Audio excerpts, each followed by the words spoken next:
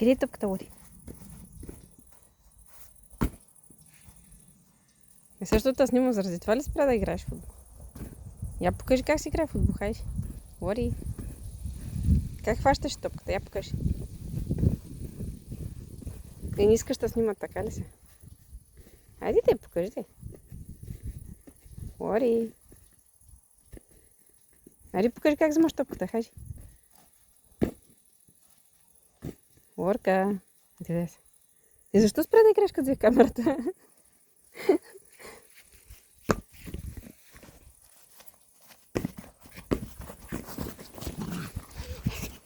Ето, футболистът, от който България се нуждае, се казва Лора.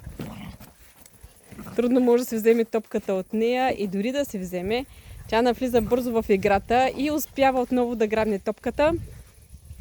И навлиза в полето. Ето това е новият бъдещ футболист на България. Лора!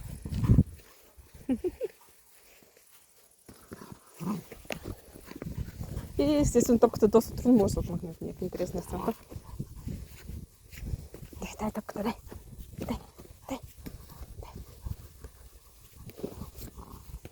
Ще отмъкна.